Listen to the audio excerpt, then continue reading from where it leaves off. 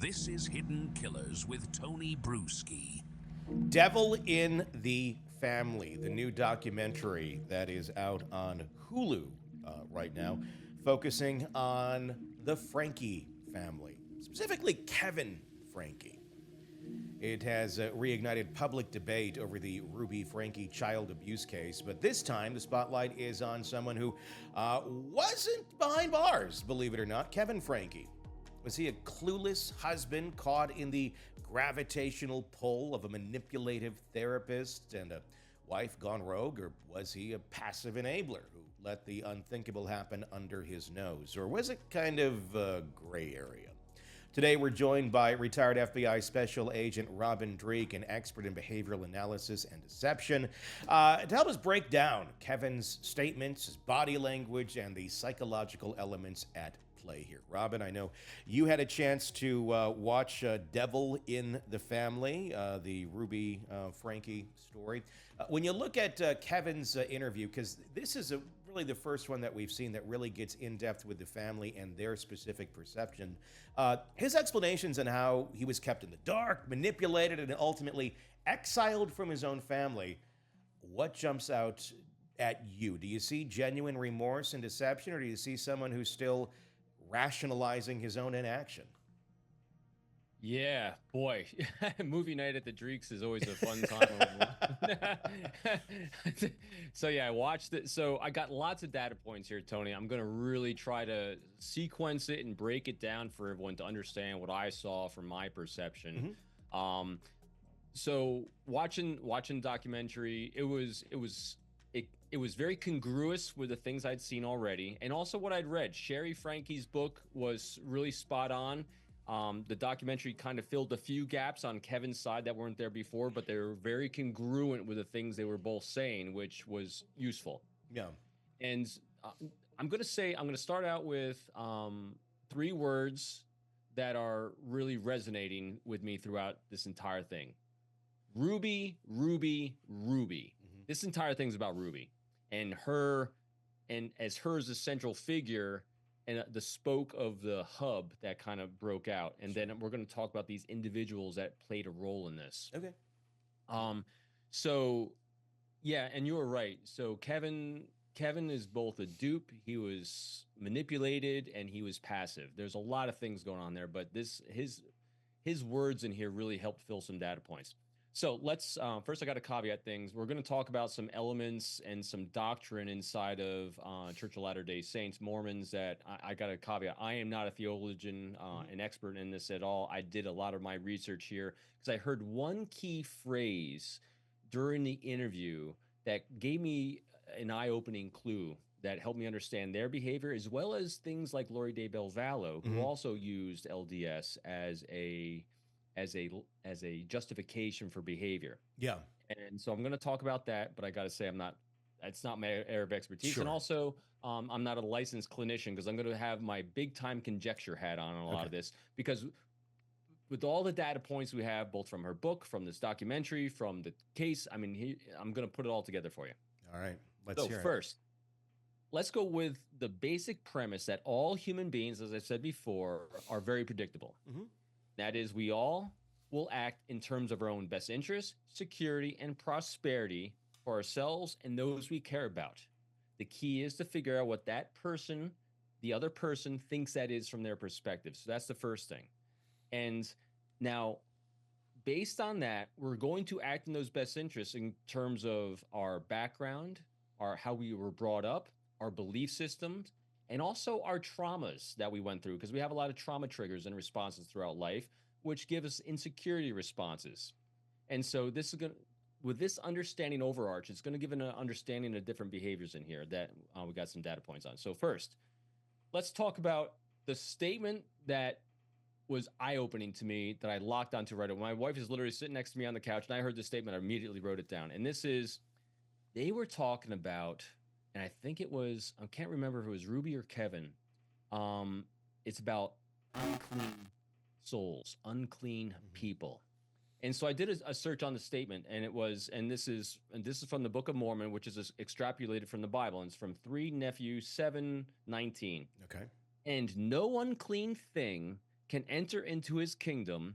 Therefore, nothing entereth into his rest, save it be those who have been washed, their garments in my blood, because of their faith and the repentance of all their sins and their faithfulness unto the end.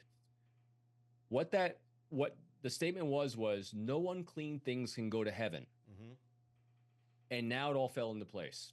Because what did Lori Day Baval say about her children? They were zombies. They were unclean. They need to be cleansed. And what Ruby was doing with the two younger children, she kept saying at the very end, through all the abuse that her and Jodi were doing, was that they were unclean. They had demons. So in their belief system, they had to purge them of the uncleanliness to make them holy enough to make it into heaven. That's the rationalization. That's the arc throughout. Mm-hmm. So then I took a little bit of deeper dive here on some of the things that were really struck me with Kevin.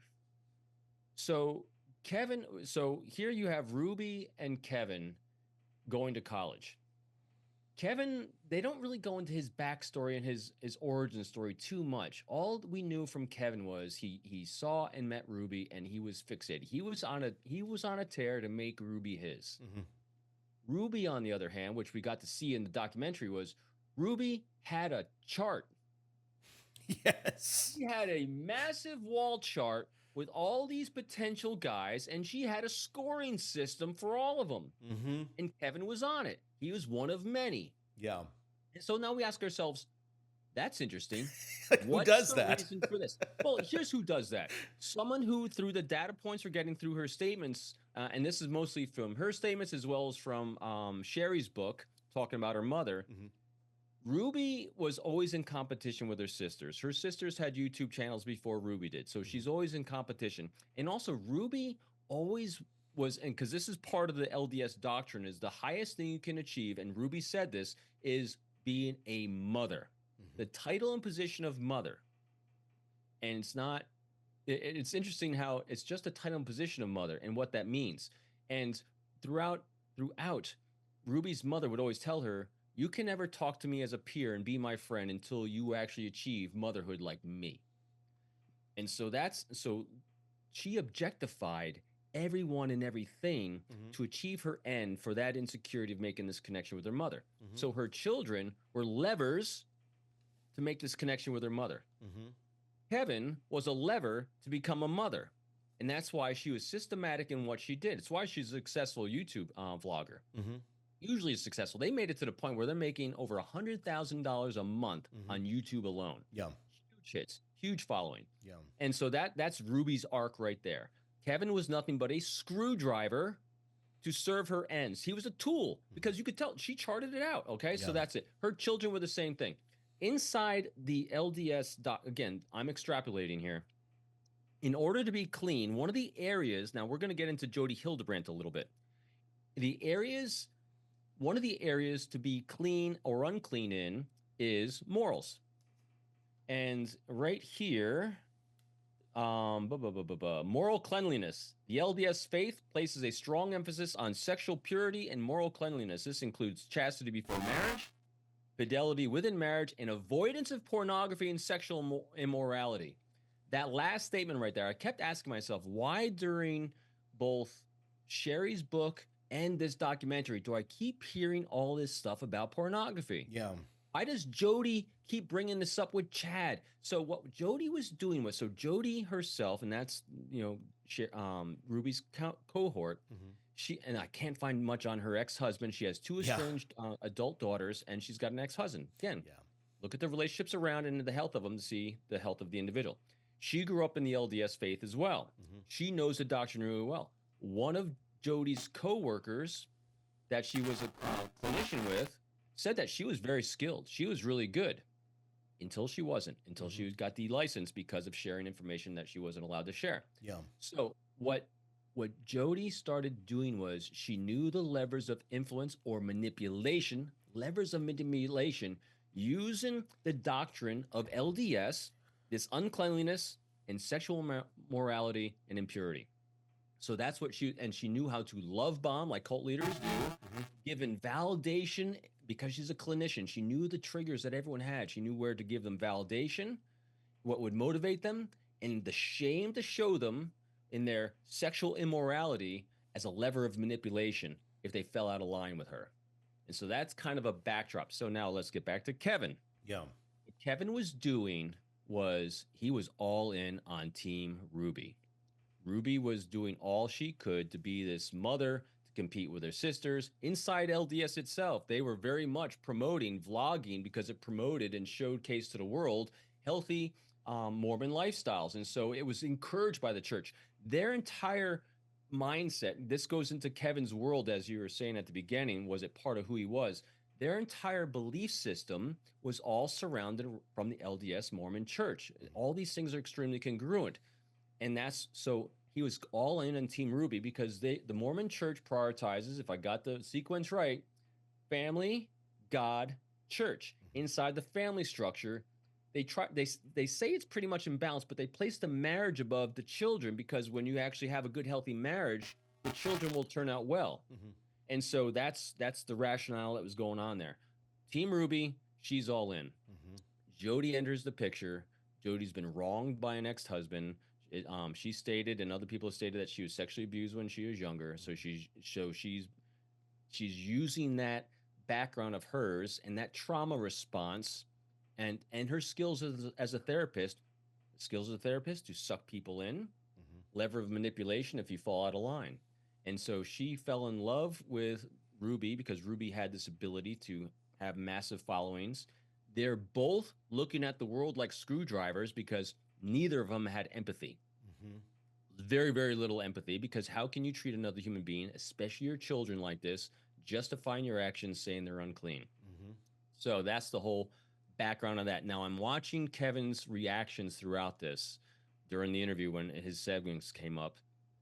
I did not see a whole lot of remorse. Yeah. I saw a lot of embarrassment because of what happened, like after the fact. But at the very end, I still got the entire, even though he's filed for divorce now.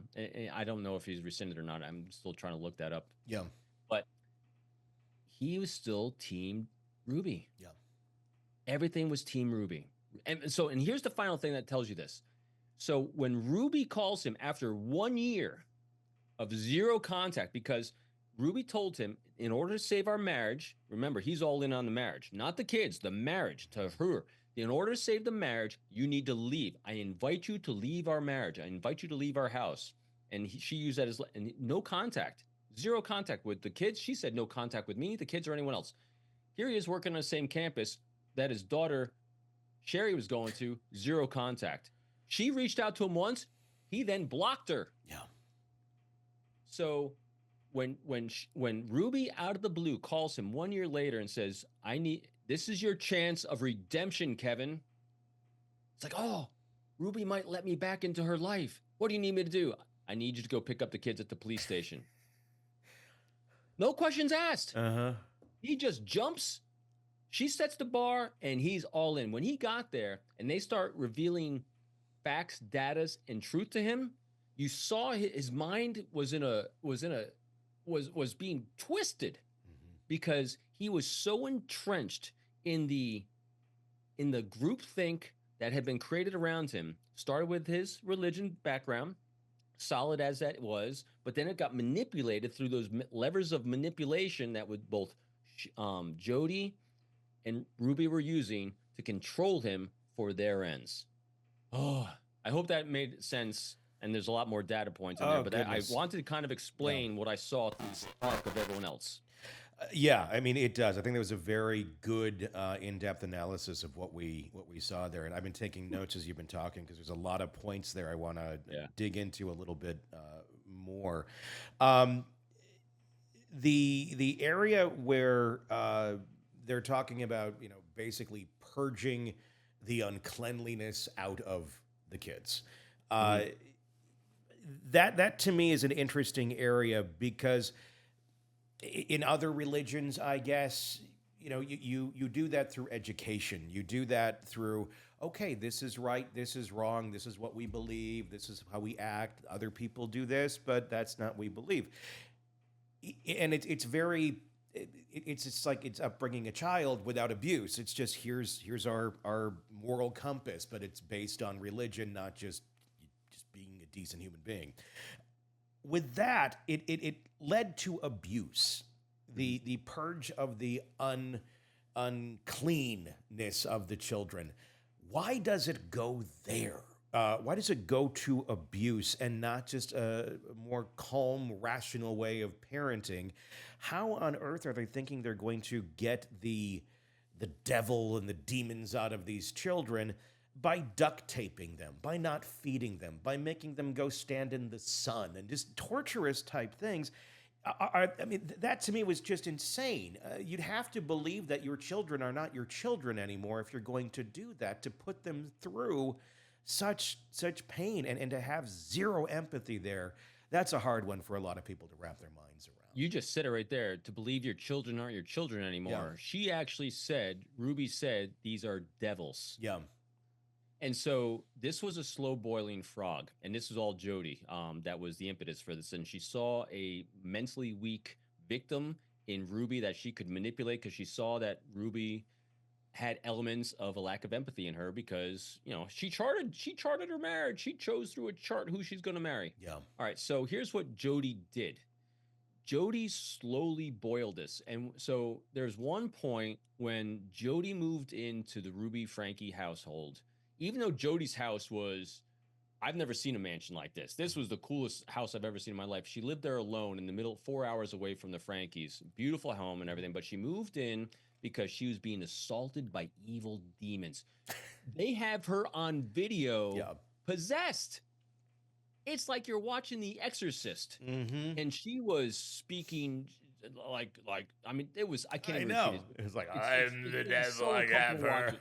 Yes, right. And so, so it was a slow groom into, oh my God, because Kevin said, I believed it all. Chad, the oldest son, he believed it all. Mm-hmm. Ruby believes it all. And so they purged her through love, connections, and all these things, right? And so now that they're all bought into this, evil demons can possess us. Well, when the children aren't obeying you, when they're disobeying, which is part of the doctrine, when children are being disobedient, well, that means they're unclean. Mm-hmm. And so it was a slow trickle of, well, we need to punish them for being unclean. Oh, that didn't work. They're still being disobedient. And so they kept raising a bar of what this. So Jodi was raising a bar of what disobedience was. And so they had to raise the methods to clean them. Yeah. And every time they're cleaning them, they're still disobedient. And so that's because Jodi said they're possessed. And they're kids. Not your children. Yeah. I mean, and so because what struck me with this one, Tony, was that Ruby called them zombies. Yes. Who else called their kids zombies? Lori de Belvallo, another nutter. So this is how it happened. And so it's that escalation, that slow boiling frog, because she love bombed them at the beginning, circled it because she knows, the religion so well, good, good wholesome lifestyles that they have, but she then used it as a lever of manipulation because of her own trauma, her own craziness in her own life, and she escalated it for her own means. That's how. Yeah, I mean, and those levels of manipulation and the levers of manipulation specifically that Jodi seemed to know how to pull.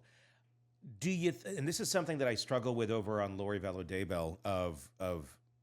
Is she sitting there going, okay, this is the game plan I need to have today. I need to manipulate people this way and that way to get what I want. Do you think it was that kind of a conscious thinking that Jodi was executing and Ruby was executing? Or had this just become such second nature that this is just their operating system? They're not literally thinking how to manipulate people. They just know, if I do this, this is the result I get, or don't get, because they just kept doing the same things over and over with abuse of their children, and they were still zombies. How conscious do you think they were in this? And also, Jodi's possession, that seemed to be a very interesting manipulation play, if she's conscious of it, because she was able to demonstrate to them that, look, people can be possessed. And then that opened the door to, well, if Jodi can become possessed, I suppose the kids can be possessed too, or they can have demons in them. And it also felt like Jodi used that as a tool to get into their lives of, oh gosh, poor Jodi over there, she's possessed. She only we can help her, and she needs us to help her, and that's how she feels like. I feel like she kind of wedged her way into the life of Mhm. literally, I have to sleep in the same bedroom as Ruby because Ruby felt, well, if I don't do this, she really needs me. So I'm just going to go up there. I'm going to comfort her. It seems just total manipulation. But do you think at the end of the day, all of those things were conscious choices of Jodi? Or is this just, is she believing her own stuff like Lori Vallow, it seems?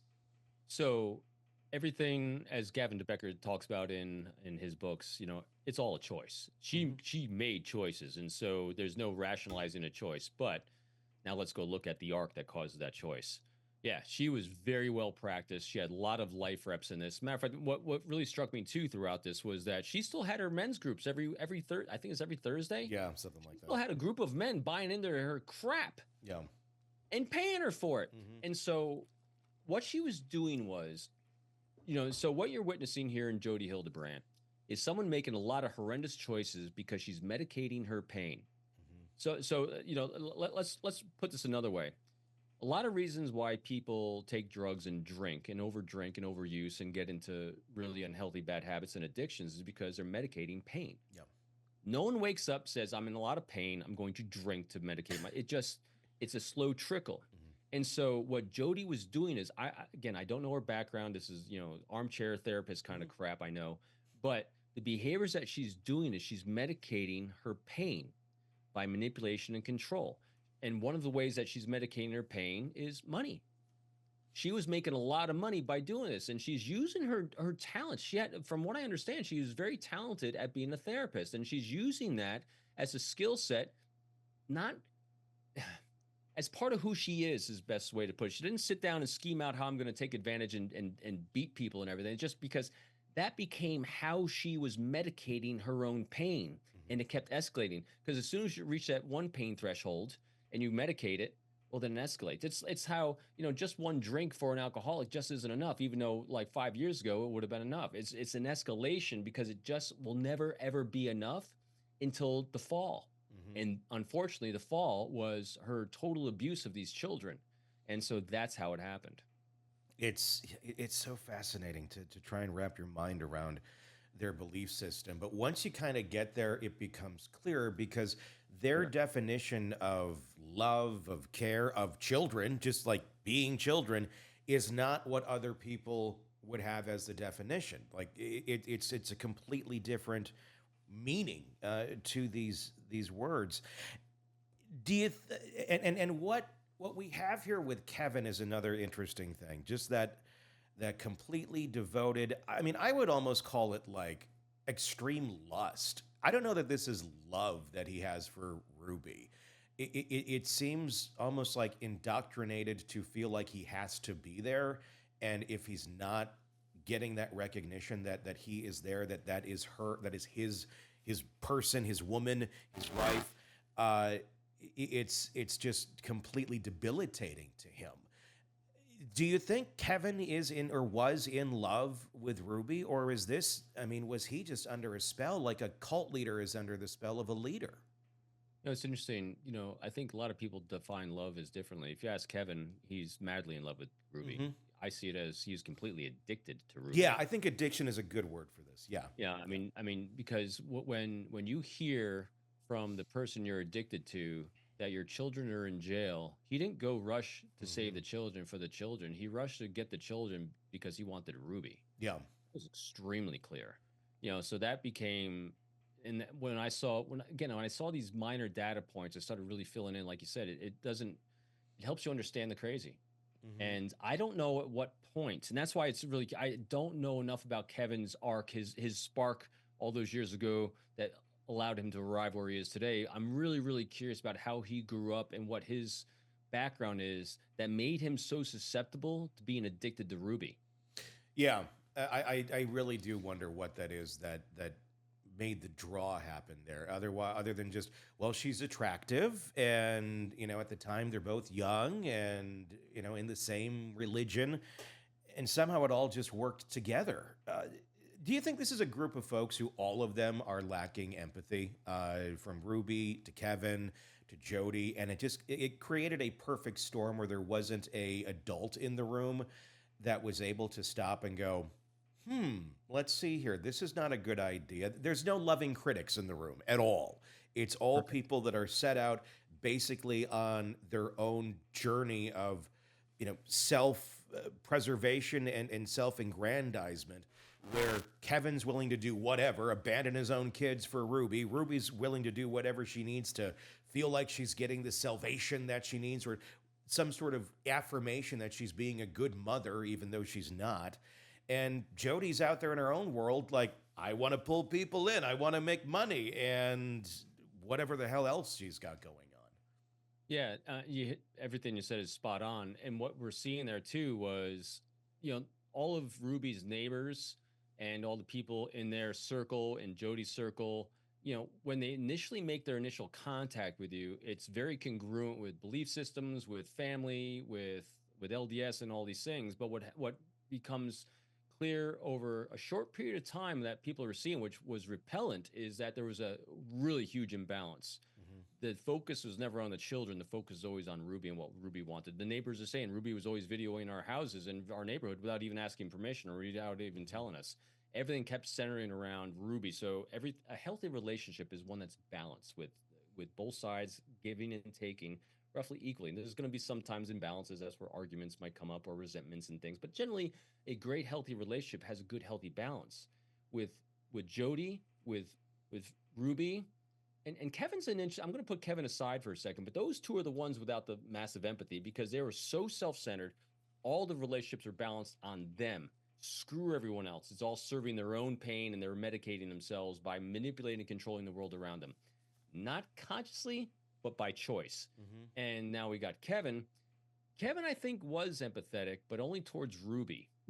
Yeah. I don't think, you could see the pain on his face because his children were mistreated. And he does have remorse, but remorse towards I think he's confused about his remorse.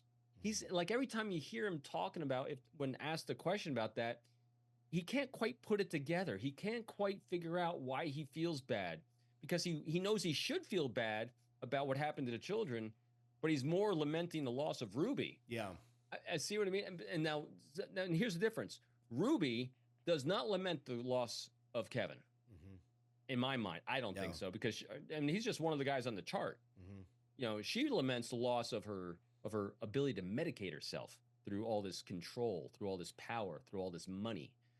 So Kevin is a little bit different machine than I think than those two.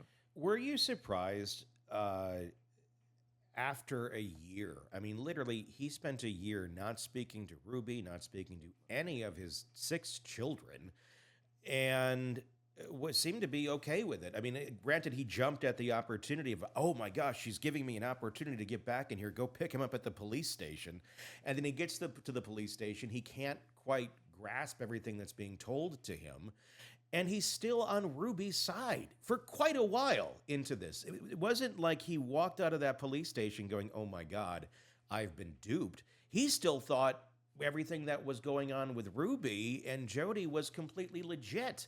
Even after it's being shown, it's not. Your children are emaciated.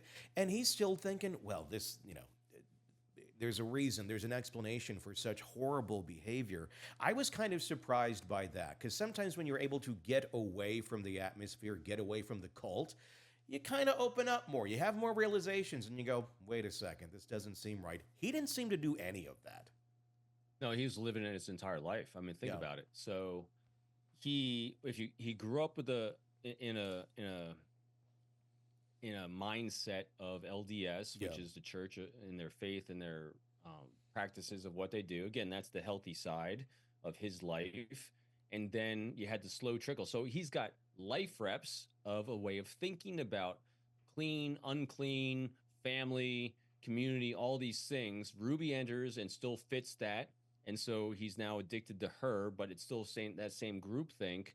And so he's living in, this is where between Ruby and Jodi, the brainwashing takes effect. They take that same construct of the way life should be for everyone living inside the religion, and they start shifting and manipulating it. So again, It, and can you imagine all? Because I read so much history. Mhm. Can you imagine, a couple, no, like about 500 years ago, or a little bit more, where the first natives from different areas around the world first see, again, the most advanced thing they have is a canoe, and the next thing you have these big three-masted ships sailing in. The mind screw that is like they must be gods because it blows their mind. They can't even figure out what it is. They thought they called those ships the first time they saw sailing ships, cloud riders. They had no other way to explain it. And so what happened to Kevin when he's first time confronted in the police station? Remember, he denied. Even they offered to show him the pictures of the kids. He said, I won't see it. Yeah. Because he thought they were lying to him. Because I'm trying to remember how long they've been married. I don't know the exact time period, but his oldest kids were grown. Yeah, I believe it was close to 20 years. I don't have the exact number. So think about that. Think about that. So you grew up in a construct, and then for 20 years you were with one woman that you're addicted to, and then for the last probably I think 10 years, 8 years, I don't know exact time frame where Jodi came in. You have that complete structure where you're isolated. This is what Jodi does: isolates you from any other input. Zero loving critics to balance the equation of crazy brain here. And so the first time you're confronted with something that is so out of your belief system, out of what you've seen and believed, in the stories and lies we tell ourselves, because that's what we do as human beings. Robert Greene talks about it in Laws of Human Nature. We deny and shove away anything that invalidates our own self-opinion of who we are and our belief system. Yeah. And so when he went into that police station for the first time, they were confronting him with, I don't know how old he was. I think he's coming up on 50. I don't know exactly. Late 40s. Yeah. Of a lifetime of an understanding of the world. And then for 20 years with his wife, of an understanding of what her behaviors are as a perfect mom, all of a sudden you're confronted with she's abusing her kids. Yeah. And the fact that he wouldn't look at the pictures, that's an interesting point to me of, look, we have the evidence. I don't believe it's real. It's right here. Well, I won't look at it. Well, then how can you say it's not real? It's right here. You're refusing to look at it. Is that like just the kryptonite? Like you open that up, like, here, look at it. Like, is he gonna melt if it's shown to him? Shutting down. His brain shut down. Yeah. Literally when you're watching that, and kind of like when they brought in Ruby to be interviewed as well, and she went silent. Yeah. What you're witnessing is brain freeze. Yeah. Literally, the brain locked. When it's like a computer on overload, right? Like it's got the blue screen of death. Yeah. You ask it to do something that it's not really ready to do. Yeah. And it just locks. The brain locked up. It was so smashing against the belief system and understanding of the way the world is, of the stories we tell ourselves for our own survival. Remember, we're always going to act in our own best interests in terms of our safety, security, and prosperity for our own point of view. And what he was all of a sudden confronted with was that for the last 20 years, you've been telling yourself a lie about what that was. And when you get so deep in that's your whole compass. It's like saying your compass is not even a compass. Like, that's actually a hamburger that you have in your hand. That's not a compass. What do you mean? I've been like basing my life on this. Yeah, it's got to be insanely traumatic. And unless, I guess, you go through something like that, it'd be very, very hard to grasp what that would be like. I'm curious to hear your thoughts on where do you think Kevin Frankie is going to be 5 years down the road? This all happened really within the last 2 years. And anyone who's getting out of a cult, who's testified to what it was like, it takes years to kind of break away from that manipulation and to train their mind to think differently and work differently. I don't know where we're going to see Kevin in 5 years, because he seems to still have quite a love for Ruby. I know he said, I love her, but I wouldn't like bring her back into our home and all that right now. But you can tell it's still there. This is just my opinion, but I still think he'd trade the kids for Ruby in a heartbeat if she said, I want to come back and be with you. I don't know. Or I feel very susceptible to another individual like a Ruby, because he's got to be missing that piece of his life, that manipulative piece of his life, where the rest of us can go, that's insanely unhealthy for you. I guess kind of like an alcoholic. And like, he knows it's unhealthy and bad, but he can't get enough of it. I think Ruby is like that for him. Where do you think this is going to be? Where do you think he's going to go in 5 years? I don't know. It's a great question. He, again, pure conjecture. Mm-hmm. But when you look at his behavior and the way he's interviewed and the way he responds, I definitely get the sense that he is saying the things he's doing and doing things he's doing because he's told this is what you need to do, Yeah. not because he wants to do it. You know, when someone's coming out of addiction, the only way that addiction can be overcome is when it no longer requires discipline. Mm-hmm. In other words, the shift in mindset goes from I can't do this, and that's where Kevin's at right now. I can't have contact with her. I can't do these things. That requires discipline, and discipline will always fail you. Mm-hmm. What doesn't fail is when you say, I don't want to. Mm-hmm. And so, not until he moves to a point where he says, I don't want to have contact with her. I don't want to be the person I was. I want to be this. I want to be a father. I want to be a loving partner. I want to have a balanced relationship. Until he can move into the world from I can't to I want, I don't think there's going to be much change. Yeah, I mean, that's true of any addiction. They have to want the change. And I don't know. I don't know where he's at on it. Should he get the kids back? Because right now they are still in the system. He's fighting to try and get custody of the children. Obviously, the younger ones, I know the son and the daughter that were interviewed in the documentary, they're adults now, and they're on their own. But the minor children, obviously, they're not going to be with Ruby anytime soon. Do you think he's a dad that should have the kids back? Do you think he's in a good enough place mentally to handle that, or is it not perfect, but for the good of the kids, just to be with a familial person like dad? It's a good question. I don't know. Yeah. Again, not being a mental health professional, it's a hard one for me to answer. You know what I'd love to see? So Sherry throughout this has been one that is all, and Chad to a degree as well. We don't know. I don't know as much about Chad because he hasn't written a book, but Sherry is consistently sought out and had some good, healthy, loving critics in her life. Like her history teacher saved her, hands down. The history teacher and his wife saved Sherry. Yeah. And probably helped save the family. I would love to see. Because again, I worry about the kids being in the system because you and I have seen so many bad systems. Like you'd want them to be in a better place in the system. Yeah. I don't know if Kevin's a better place in a system. Yeah. Sherry might be a better place in a system because she knows what she needs. She's in therapy. She gets counseling. She's extremely self-aware about the trauma she went through. Yeah. And these, especially the two littlest kids, they need a lot of therapy and counseling. Again, pure conjecture, but if you look at data from past cases like this, these people survived abuse. Yeah, they need to be helped through that. And I don't know if living with the person that condoned the abuse by his inaction is the person to be with. Yeah, well, and especially it's going to take looking out from yourself, and it seems Kevin needs to do a lot of looking in right now to get him in a better place, because I don't think he's there yet. And that's just my conjecture.